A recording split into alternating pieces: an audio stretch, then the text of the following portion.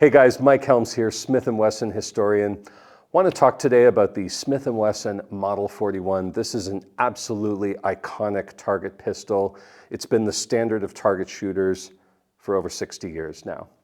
The Smith & Wesson Model 41 development actually began right after World War II. It began in the late 1940s when Smith & Wesson decided it wanted to get back into the target pistol market. And as is always the case with Smith & Wesson, they wanted to do it right. It took almost 10 years to bring this gun to market, to get the design absolutely perfect. But in 1957, they rolled out the pistol that was then called the .22 automatic, and that became the Model 41. When this gun was released, it was absolutely groundbreaking. People had never seen anything like it. And almost overnight, it became the standard for competitive target shooters.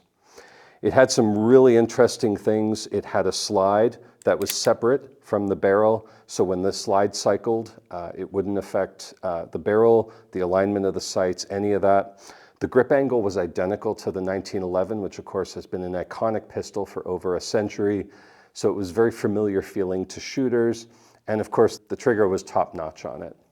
The Model 41 was made in a couple different styles. This is a very, very early production example. This had the 7 3/8 inch barrel, and it also had a removable compensator on the front of it.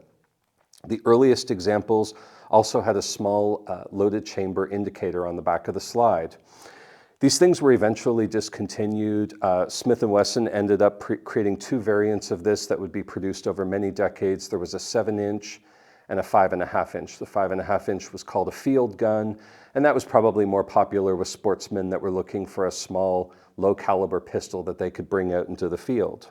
The Model 41 had a really ingenious barrel design. The barrel could very easily be removed from the gun, and with the barrel went the front and the rear sight. So you could actually buy two different pistols for this gun, and you could swap in the 7-inch when you were doing more precise target work. You could swap in the 5-inch barrel when you were going out into the field. Now here's the sad part. Smith & Wesson is going to be discontinuing the Model 41. It's been in continuous production since 1957, and it's coming to an end, folks.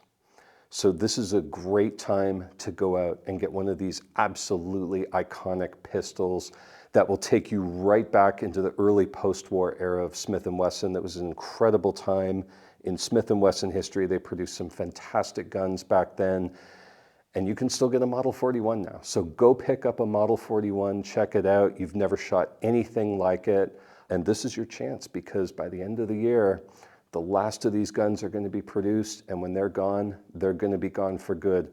Collectors already scrounge the earth looking for these things, and once they're gone, they're gone.